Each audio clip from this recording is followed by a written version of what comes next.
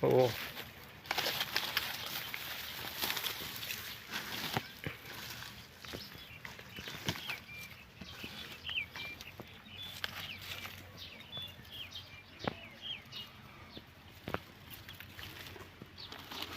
Hút đi. Lấy sọ ha. Đậm đống sọ. Khởi mối này. Ok, đóng tích. Ô, này không bị. Ô, đi mua tiết nữa. Này có bài té này. Ô, này mua tiết đâu, bay buôn.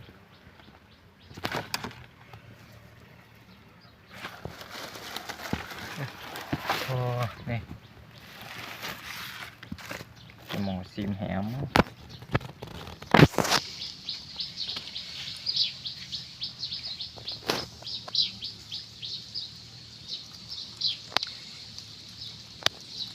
Đây là thùng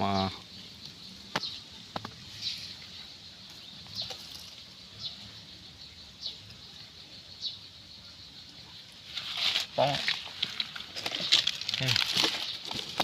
đặt bóng này chọc sọ bóng tâm nó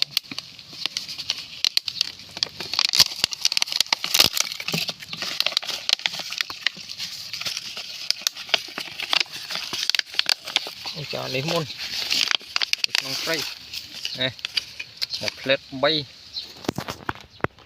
chụp tôi trên món này mà tao nói đây em ôi lôi khập rồi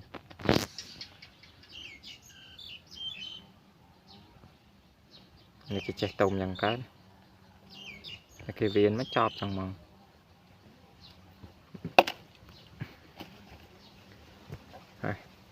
đó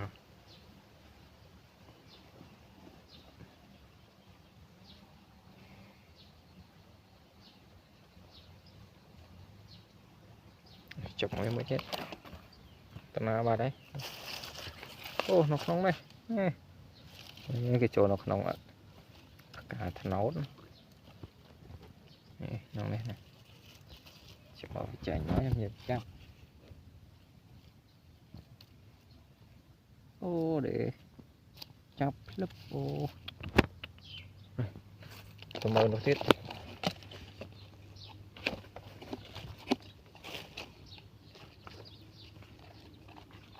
ô đi tao nào bắt đấy nó ô chạch bắt à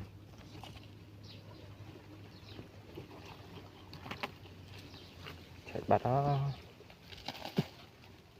ô tao đây chặt sẵn bắt đó này